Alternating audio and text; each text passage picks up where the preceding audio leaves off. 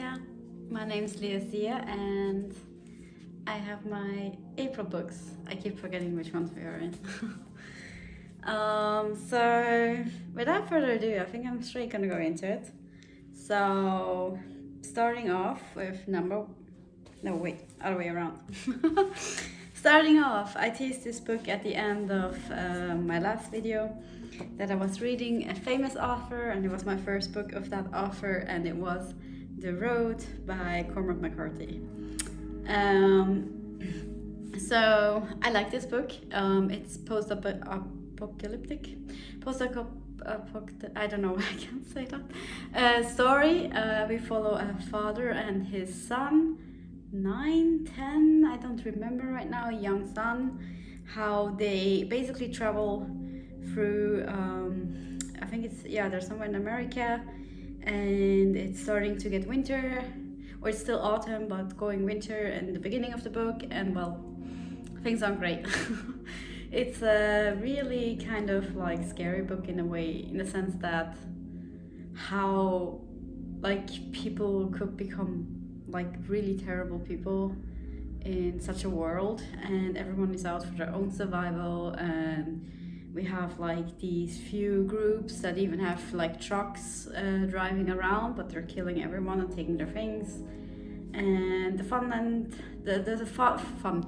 I tried to say father and son at the same time. The father and the son, they're struggling, but they're really trying to survive. We also get glimpses back to before it happened, because it just happened or not too long ago anyway, and the mother is dead, and yeah, there's some kind of conflict there, and basically the father just wants to keep going for the son, but at the same time also struggles with like, what's the point? The world is like this apocalypse is like scorched, there's a lot of ash, it rains, or whatever you want to say, ash, which funny enough reminded me of Miss Bourne series with the ash fall there as well. Completely different story, still completely different world, but I could not draw that simile between the ash falling from the sky, and I kind of had like that picture in my head as well. But anyhow, so I really enjoyed reading it, for it was a very interesting story. However, the one gripe that I have, the son was so bloody annoying. I don't know, I guess I would be a terrible mom, I don't know. He was so annoying. Like he basically, under several circumstances or several happenings, like could have killed them easily. And I don't know, yes, he's young, but it's like basically from the time he was born the world was fucked, so I don't know. I shouldn't you grow up faster? I don't know. It's just he annoyed me too much, and yeah, and I was just like, I don't get it. Just leave him go. Sorry, that's a terrible thing to say, but yeah, I don't know. I just really rooted for the dad because he was amazing, and I wanted him to succeed. But of course, he always stayed with his son, and then yeah. Obviously not gonna spoil the ending, so it's about their journey and how that goes. So that's the first one, The Road by Cormac McCarthy. Next up, I read Rebecca. Oh, that beautiful cover. Rebecca by Daphne du Maurier. Love this one. This is a sort of, I mean, it's a period piece. It's early 1900s, so not exactly period piece, but like older times. The protagonist is not called Rebecca. Rebecca is dead. And we find that out very early, so that's not a spoiler. But so Rebecca is basically the wife, deceased wife of the guy that our protagonist marries. And she's like everywhere, obviously. Still in like the servants talk about her. The husband then to the protagonist doesn't talk about her at all, and our protagonist like being very insecure and young, so fair enough, like there I understand the insecurity. She was very young, but she fell in love, and so she marries the guy, and obviously with like constantly being reminded of this Rebecca, I guess you could say she gets kind of obsessed with her and wants to know things, and she'll ask servants, ask like the agent of the estate, and also a good friend to her husband, and they become good friends, and it's just like this kind of like, I guess, domestic drama kind of story, but it's very interesting because the whole time, you know, like something is weird, like, because there was this one scene when they first like dated, if you will, that when they went to a cliff and like she looked at him and suddenly he had like nothing in his eyes, like he was dead in his eyes, and like she got scared of him. And then also she was warned by his sister that sometimes he loses his temper, and be careful when he does. And she's like, he never lost his temper before. So like we're getting like these glimpses of something's not right here, something is weird. And we find out, I mean, from the beginning we know that she died in an accident, the Rebecca.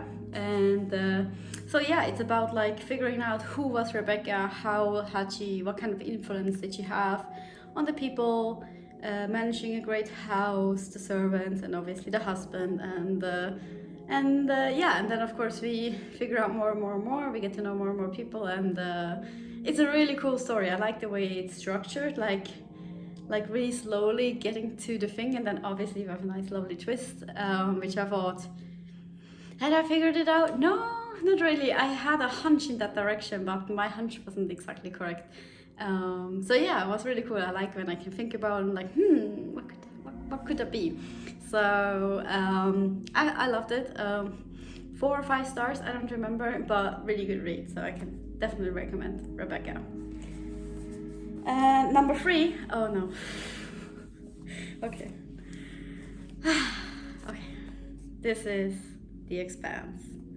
Third book, sci-fi series that I've been reading. This one's called Abaddon's Gate by James S. A. Corey. Okay, so I want to start by saying this hurts me. I don't enjoy saying what I'm about to say, but I have to be honest in these reviews. Yeah, okay. I need to brace myself. And just FYI, I do not script these. I like to just turn on the camera and babble on and see what comes up. But okay, so didn't like it. I guess that was clear from my intro. It's not terrible in the sense that, oh my god, never read this. But I just, especially compared to the first 2 books, which were both so good, it's like, it's such a what do you call disappointment? Like compared, like I don't know what happened. So first off, the new characters that we gained in the book 2 weren't in here, and I was very upset about that. I mean, that's just me being upset, and yeah, he wanted to go different directions, but it didn't really make sense, especially not that one character who's like a huge political figure, and this is a huge political, among others, thing happening in this book, and that like she's like side-waved, like side mentioned, that yeah, she's doing her thing. It's like, yeah, so include her, or like doing what exactly? Like it's just like these characters were pushed aside to introduce new characters, which were basically all crap. Especially this one new character. Okay, I'm gonna go on a tangent here. This one new character, Melba, Clarissa, Claire, whatever the fuck her name is, hate her. It's just such an annoying character. Like in the beginning I was slightly intrigued. She had like these kind of modification in her gland, in her mouth, so she could like get superpowers for a couple minutes and then she will crash. So kind of biomodification. Again, I love like the world building in these books is really interesting, and that was like a new thing. And she's a daughter of like some of the families that we had to deal with in book 1 and 2, and she's basically pissed off with our main character, James Holden, and for like exposing the family, which was only right because they were experimenting on people and they basically caused a huge disaster and killed, yeah, God knows how many humans with that. and didn't show any responsibility or any remorse.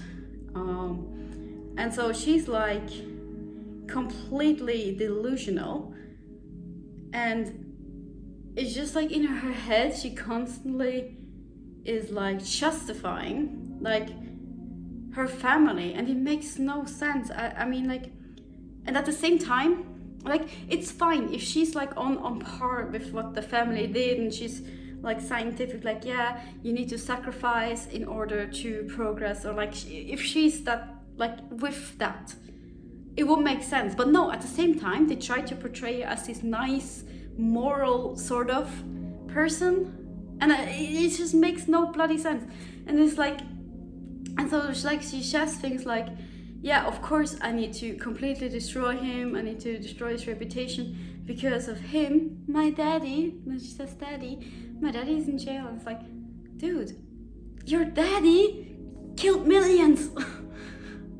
and like at the same time, when she has to kill someone, she feels guilty, like I said. So like, at least if she then was a ruthless murderer, the whole like character would make sense. But she's like, I don't know, I guess they mean for her to be completely broken, like she's completely mentally broken, but at the same time then she sort of also, that's why she switches names, right? So it's almost like she's a split personality kind of thing, but not really. That's why, like, in the beginning it's Melba, which is not her real name, which is a name she made up, and that's the name she has to use when she kills people, but still doing the most horrible thing to all. And then sorry, I have to say that at some point she attacks our dear Rokinante team, almost kills people, and the worst thing is, like, it's her POV. So it's like, do you want me to root for her? Are you out of your mind? It's like, I don't want her to kill the Rokinante crew. Well, what is wrong with you? And you read from her POV, and it's like, oh yeah, I have to do this, of course. Oh no, oh, they got away. I have to do everything I can. Soon I'm gonna crash, with her special implant thingy. And it's just like, her chapters were so annoying. Every single one of them I hated. I didn't enjoy reading it. She was just so delusional, so stupid, and it is so inconsistent. It didn't make sense. Like, the only way I can make it make sense is that, like, her mind was literally shattered because she couldn't, like, in some way she understood that her family did wrong, but at the same time she had such a strong bond for whatever reason with someone that does such terrible things, and then she's like, oh no, I had to kill this one guy, and then killing that one guy that, like, helped her become an engineer or something, so she could be in a spaceship where, like, all the shit is happening, and then she kills him because he figured us out that she was sabotaging something, and then, like, somehow that wakes her up, but destroying millions not, and she blew up a ship, and that's fine, and, like, she does so much shit. And you want me to root for her? Fuck no. She's so annoying. I'm sorry. I hate that character so much. And I hate that she got POV chapters. Like, at least keep her in the background then. Like, I don't fucking care. She's against my crew, you can fuck her. Sorry. I think this was like a very poor attempt at a Zuko redemption arc. Right? Because we all know Zuko from The Last Airbender, the comic, obviously. Or anime. And he has one of the, in my opinion, one of the best redemption arcs, because you hate him. You do hate him in the beginning, but, like, his journey makes sense. And hers, now towards the end of this book, is already starting to shift, and I don't buy it. I'm sorry, there's no redemption. Throughout the whole book, she only made matters to worse. In the very end, she does something that helps win. But that's not good enough. You can't just say, oh, okay, because of the shit that she did before that one thing, that one tiny thing that helped, she made all of the bullshit happen. Right? It's her fault. So that she corrects a tiny bit, yeah. Otherwise, fuck her. I mean, now I can already see, I don't know, this is me speculating, by the way, but I can just see her, she's gonna get a trial, she's gonna go to prison, and then she's gonna become, oh, I'm the goody good person now, and I'm rooting for the good people, and I'm just like, oh, fuck off, I don't wanna ever read about you again. But yeah, that's my fear, that's gonna happen. Okay. Enough tension about Clarissa. I hate her. clearly. I find, but not just because I hate, like, it's okay to hate a character, right? Like, sometimes you're supposed to, like, that's the goal of the story, like the villain, for example. You're probably not gonna love the villain, but at least you need to understand them. The Clarissa thing just made no sense, like I said. And the shattered mind is the only way I could explain it to myself, but it was still not satisfying enough. Because again, then her coming back was kind of way too fast. And then another of the new characters is a priest, and there's a lot of preaching, there's a lot of that bullshit going on. Sorry. Like too preachy, too like in sci-fi. I'm not very much interested in, religion and preaching and things. It makes sense thinking that, oh, now we have this gate that's in space. What is it? Abaddon's Gate, title. What is it? And that they like, that some people will think about like, what does it mean with God and so on. I get it, but I don't need it as a POV. And of course it's her that thinks, oh, but Clarissa, she still has a chance. Why? You don't know her. You don't know the most everything she does. Can someone just do any kind of bullshit? And you're like, oh, but it's fine. Just do some good things and you're good. What? And it's just so annoying. So also her chapters, they were not terrible. All in all, she was actually quite the badass when she was drugged, funny enough. That probably was one of the best sequences because of the way she was drugged and yeah, the way then she reacted. So hers weren't as bad as Clarissa's, but again, that's another new character that I didn't really enjoy and had to basically yawn myself through. And then we had, was it Bull? No, I don't even remember the name, that's how much they mean to me. Who was like, this new strong character, like the only one that I really like. Security guy trying to keep everyone safe on his ship. At some point that meant also here, that worked. That meant also going against James Holden and his crew because they seemed like a threat. And then it would not have made sense. He has never met James Holden. Him to just think, oh, it's probably nothing. They're probably all goody good. No, he first priority protect everyone on his ship. And so that made sense. That I liked. So just to prove, like, it's not just because I had a character like Clarissa that was against James and his crew that I immediately just biased against them, totally hate them no matter what they do. Like here it made sense. And then slowly like things progressed and people thankfully could talk and so on and so forth and prove things. Of course we have to prove shit, which is also makes sense and good. And so Bull was actually quite enjoyable. So he was a strong character, he was very much undermined, but he still kept fighting, he kept his morals and badass. Like, especially in the final battle, real badass. Speaking of the final battle sequence, way too fucking long. I'm sorry, like previously the books had good balance in that, but here the final sequence, it just never ended. And it was just bang, bang, bang, and one shit after the next shit after the next shit. Our guy should have been dead 1,000,000 times. So like it became so unbelievable, which I didn't have in the first two. In the first two I could believe it. I could believe that they got out of it, like just like with tiny little like luck or whatever, and they managed and they got out. Here it's just never bloody ended, and like his back is shattered and he still keeps fighting and everyone else is half dead, and the next minute they go and fight anyway, and it's like, why? What happened? It's like someone else wrote this. It's so annoying. And then the next thing that I'm extremely pissed about is, so in book 2 we were introduced to Bobby. Bobby is like, is it called Marine? Anyway, like a soldier, Marine, whatever, and from Mars. And they have like these power suits, if you know Fallout, those, maybe something along those lines. And she's like real badass. She's a real good soldier, and in that suit, like she's a powerhouse. She's unstoppable. And I loved her. Bobby was so cool. She was a really, really good character. And in this book here, first off, she's not here. She's not in it. Not at all. But what they do is even worse. Instead of just leaving her out, maybe she's busy somewhere else. Yeah, the galaxy is big. They say that she's here. So like before the final battle things, like this one guy that we know, he's like, hey, big smile and look who I found.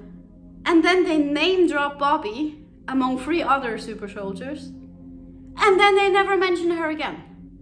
We don't talk to her. Nothing. 1 sentence. She's in the book. That is such an insult to a character like Bobby, and I'm just like, why? Why would you even do that? Don't you like Bob? Do you hate your own character? What is that? Who wrote that? I don't understand. Like, what was that? I was first like happy, it's like, oh, finally, we get one of the other characters. Oh, she's gonna help us in the final battle. No, that's the first and last and only time she's mentioned. Not even when they won are they like saying, oh yeah, the 4 guys from Mars, they survived. Nothing. So like technically she could be dead. I don't know. I hope not. But like, what? Who wrote that? It's just like, it's character suicide. It's like, that's so stupid. It's like almost like some stupid editor was like, oh, didn't we have a character in book 2? Yeah, let's just write him in real quick. Or some bullshit like that. Someone who didn't understand. Who doesn't understand, like, characters are human beings for all intents and purposes. Or they're supposed to be. And so just name dropping someone. Why would you not go talk to James? Or Naomi or makes no sense. Nothing. And then she vanishes. So don't mention her, honestly. Just mention. And also like this kind of Deus Ex Machina. Oh, I found 4 people in a power suit all of a sudden. Okay. Great, I guess. Lucky us. Oh, I don't know. It's just so contrived. It's many characters' motivations don't make sense. Like the only ones that were consistent were at least the Rocky Nanti crew. So James was James, Naomi was Naomi, Amos was Amos, and Alex was Alex. And Amos, oh, such a badass. I love Amos. Amos also kind of like, he was like protecting the priest in the final battle, and he was like, no one's gonna get past me. And like at least I had those happy badass moments with my dear team. So at least, like, that's why I'm saying, like, it's not terrible. But yeah, I mean, I give it a 3, but honestly, I'm thinking dropping it to 2.5 because it's just majorly bad in so many points, and especially, like I said, the final battle there is just atrocious, and I hate it. And then, yeah, no, actually that would be a spoiler, so scratch that. I think I said enough. So yeah, and story-wise, so there's this gate in space made by these aliens that we found in the first 2 books, and the 3 main factions, Earth, Mars, and the outer planets alliance, they are interested, of course, and they all basically at the same time go there, and then shit happens and stuff happens, and yeah, I can't really say much more without spoiling.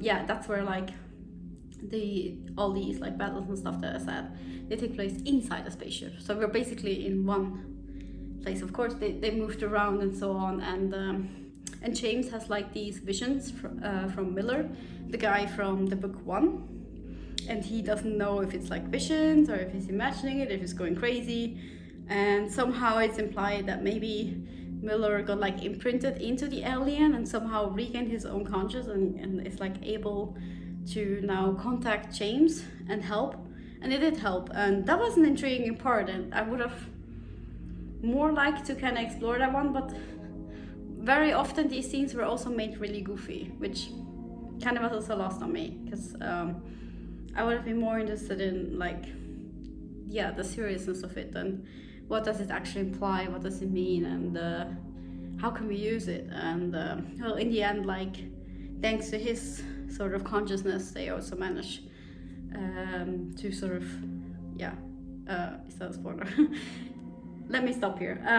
So that's more or less the story. So investigating this gate, what is up, and how all these 3 huge powers that are not exactly friendly, but also not exactly on war, but things are shaky, how that's going down, and then of course our effing sabotager Clarissa in the middle of that, making everything worse. And then she gets a golden crown. Fuck off. Okay, I'm done. I ranted long enough. Okay. Let me breathe. Okay. I'm fine, by the way. I'm more emotional because I love the series. Like I want to still point it out. I will read book 4. And I heard book 4 is what many people think is the weakest one. So I'm slightly worried, but I will definitely read it, and I do want to continue the series. But if it becomes more like book 3 going forward, yeah, who knows? Yeah. Anywho, last book that I read, let's see if we can show the title, is from Jane Austen, Lady Susan, The Watsons and Sanditon. So these are 3 short stories that were never published by Jane Austen. And it's a very short book, so all of the stories are about 50, 60, 70 pages, something like that. So it's not much. The later 2, the Watsons and Sanditon, were not finished. Lady Susan is sort of finished, and when I read it, I figured out I had seen this as a movie, so it has an adaptation that I have. I'm not sure if it was also called Lady Susan or why the bells didn't ring, but when I started reading it, I'm like, I have no idea what it is. But then, like, the more I got into it, I was like, wait a minute. And then it was exactly that book. So it's about, well, Lady Susan. She's like this sort of rich woman that's not really very kind. She's like lying around. She's like basically husband jumping, if you will, or like she's this really attractive woman, and she can like really ensnare men, and men lose their heads. They get completely irrational, and she gets them to do anything. And they're like the book begins with her having done that with a married man at the place where she was staying. So basically like trying to get that man away from the wife, and so she kind of had to leave, and then she goes to her brother. And that's when then the book begins, when and it's also interesting, so it's written only in letters, so people write letters to each other, and that's how the story unfolds in here. And that was very interesting. So obviously a movie is a movie, which is the story unfolds in and of itself, but here it was through letters, so we also get like her perspective and how she is so convinced that everything's fine, but you can also see her deceivery even in her letters. Like she knows she's not a holy grail. Absolutely she knows, but still when she writes, like, except some things, I think she's like literally oblivious that like this is not the propriety and this is not regular behavior, but in other things she's 100% deceiving people. And anyway, so she goes there, and the wife of her brother has a brother, so lots of brother, but she goes to her brother, and that brother's wife has a brother who's then coming to visit as well, because he's curious about this Lady Susan that he heard so much about, and he starts by having a really bad opinion of her, like most people had who heard what she did, among other things, at the house she was staying previously, trying to ensnare the husband away, still married and both alive. And while the wife is in the same house. So, and then like the story kicks off, and like she's slightly interested in him, and she writes in one of her letters, yeah, I probably could get him, and then it totally works. She makes excuses for her behavior, that everything was like shown in the wrong light and things like that, and we just continue to like follow her and her like spinning of lies, and really smartly done as well, and how this brother gets completely like in love with her, and like loses all his like intelligence almost when it came to her, at least. And it was just interesting to see. And then she also has a daughter, and she's really mistreating that daughter, which is terrible. Like the poor girl, she's trying to force her into a marriage of a man that the daughter really doesn't want, and she really only does it because the daughter doesn't want that marriage. And and the daughter also falls in love with the brother of the wife, and which is also, and then she notices that, and so she wants to punish her even more, and there's just all this drama about romance and things like that. And it was a really cool story, and obviously I can't spoil what happens, but it has some interesting turns in there, so I liked it. Oh shit, so that was only the season. The video is getting so long, oh my god.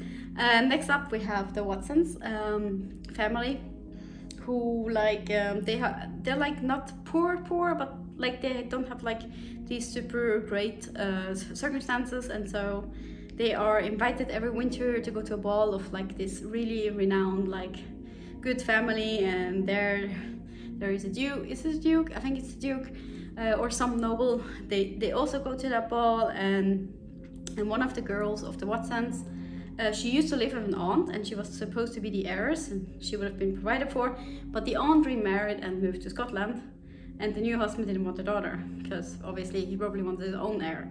So suddenly she had to go back home, and then she was allowed to go to these balls, and we basically follow her and how she navigates through it and gets to know these people. And sadly that's then when the thing soon after that stops, because she never finished it. I think this would have been a cool story. I wish someone would finish it. And Sanditon is a place, and we have a family. They just love that place. They like establish themselves there. They started out in a smaller cottage, and now recently when the story begins, they have like this grand house, and they're trying to get a doctor there. They're trying to say Sanditon is the best place for your health. It's near the sea. And they in the very beginning, the dad, or the head of the house, he's like getting a smaller injury with his ankle, and happens to meet upon a farmer family, and then like they take one of the daughters with them, and again it's about navigating all these different ones. We have one rich woman besides our family that is like not rich, but in good health and good finances, and it's again who will be the heir, because she has no children, but she had married twice, and she has so like relations, and it's a lot about who could get in her favor, and people trying to navigate that, and then we have like hidden romances so that she wouldn't find out, and so on. So also Jane Austen fashion kind of story. I liked it, but unfortunately also not finished. Yes. I am so exhausted now. Those were my 4 books for April that I read. Mostly good. Yeah, just one dot. But so gonna sign off. I don't have much more breath anymore, so nothing much to say. I hope you enjoyed. I hope I wasn't too emotional, but it's only because I care. So have a lovely day. Keep reading. See ya.